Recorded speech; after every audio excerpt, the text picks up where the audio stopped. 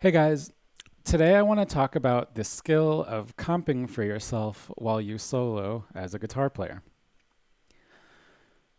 A lot of times we find ourselves playing in small groups where there's no piano player or no other chord player to play chords while we solo. So while we can play chords while everybody else is soloing, there's nobody to do it for us. In this scenario, you generally have two options. You can either just have no chords and play your solo, which is okay. A lot of people do that, and it doesn't sound bad necessarily. But in my opinion, a better option is to learn how to comp for yourself. Piano players kind of have an advantage in this area because they have two different hands that can, one hand can play their chords and the other hand can play their single note lines, and basically do them at the same time. For guitar players, it's a little bit more tricky, and for this reason, I had a lot of trouble when I started trying to learn how to do this because I was trying to do two things at once. Like I was trying to play my chords and somehow keep my lines going. And what I eventually realized is that you don't actually have to do two things at once to make this sound great. As a guitar player, what you actually have to get really good at is just going back and forth between chords and solos. So what I'll do now is and what you heard in the beginning of this video was me playing a chord or a couple of chords and then going back to my lines. So basically, if you go back and forth, it kind of creates the illusion that you're doing two things at once, but you're really not. You're just switching back and forth. And eventually, once you get this skill down, maybe you can start trying to play some chords while keeping your lines going.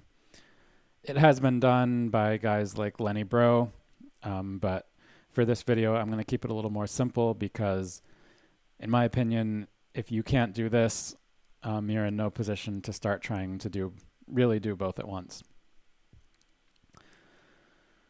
So I think the first problem that I really ran into was just kind of the logistics of phrasing in this. Like, where do you put your lines? Where do you put your chords? How long do you wait after your chords to play lines? Or basically just kind of arranging this in a way that sounds logical or sounds, pleasant to the ear. The first thing that I realized about this was my phrases are going to have to end, and I'm going to have to leave space for my chords. And even further, my phrases are going to have to sound really concise. They're going to have to have a very nice beginning, end, and just be very straightforward, so that I can stop and play some chords and then get back to the line.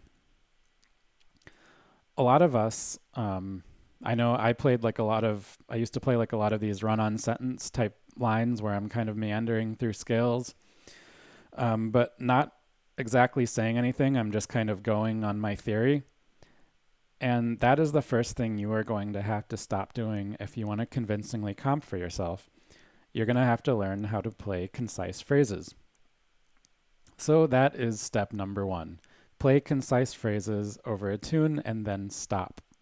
And leave a measure, maybe two measures, but basically leave a little room. So you're not putting your chords in quite yet. You're just playing concise phrases that have a clear beginning and ending, and then you're stopping and leaving a little space and then playing another one. And once you can play a whole tune like this, then you're ready to put a couple of chords in between those lines.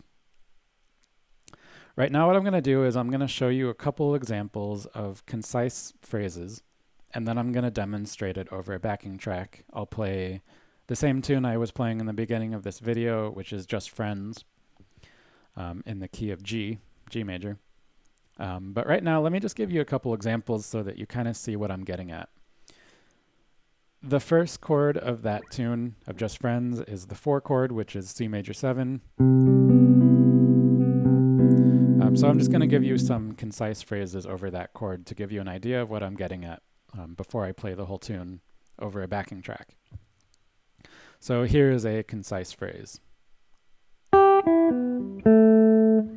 Starts on the 5th, and then 3rd, 7th, 5th, 13th. So you can see how every note has a purpose. It's not like I'm wandering through a scale. It is just a very clean phrase, and it breaks at the end. And after that, I would play a chord. Here's another one. Or you can get more linear with them. Or you can play more of like an arpeggio.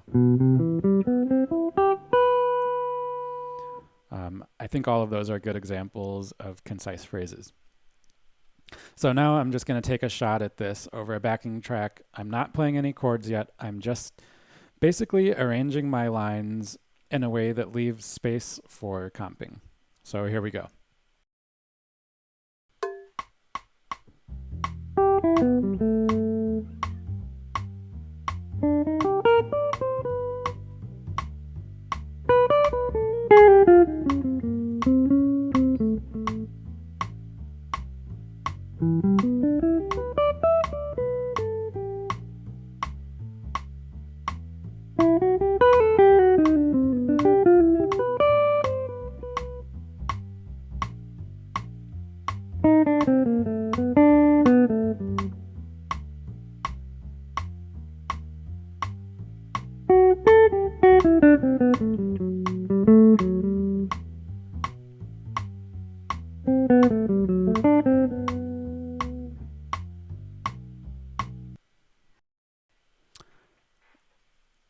Okay, so hopefully that gives you an idea of how I kind of lay the groundwork to learn how to comp for myself. The next step is pretty obvious, is to actually put the chords in. And what I recommend is that you kind of plan out what chords you're going to play to start off, because otherwise you're going to probably miss a lot of chords and it's going to be a big mess.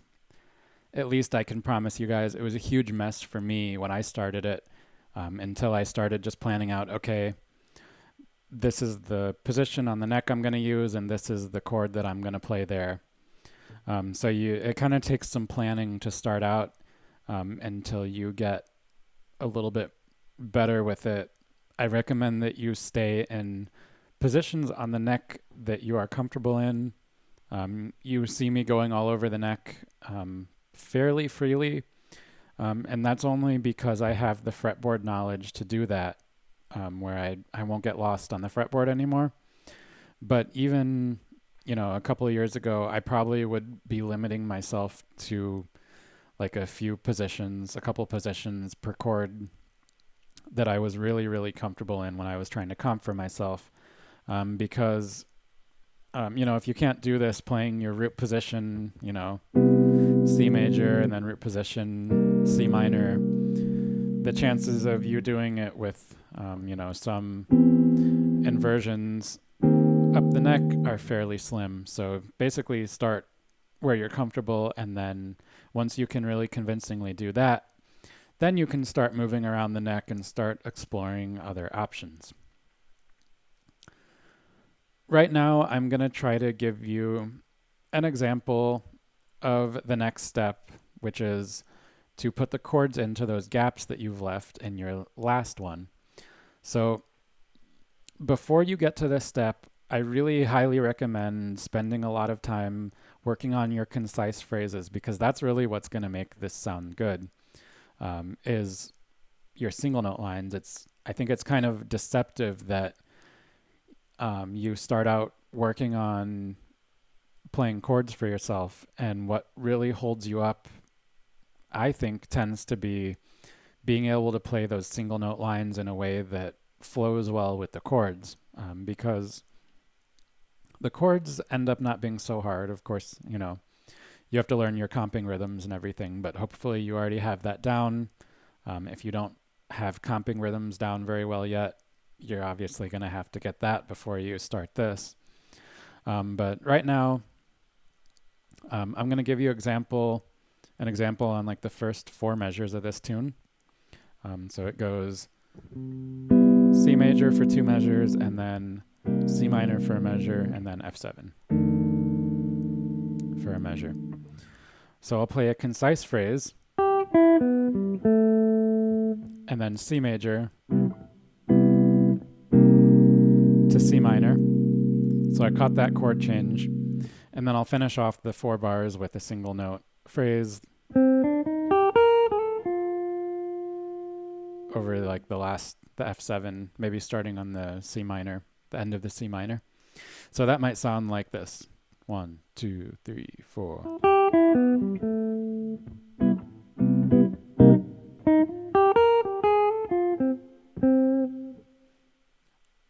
Right? So now I'm going to do the same thing I just did with a backing track. I'm going to play it all the way through and try to give you guys a good example of putting chords into the gaps that I'm leaving in my phrases. So here we go.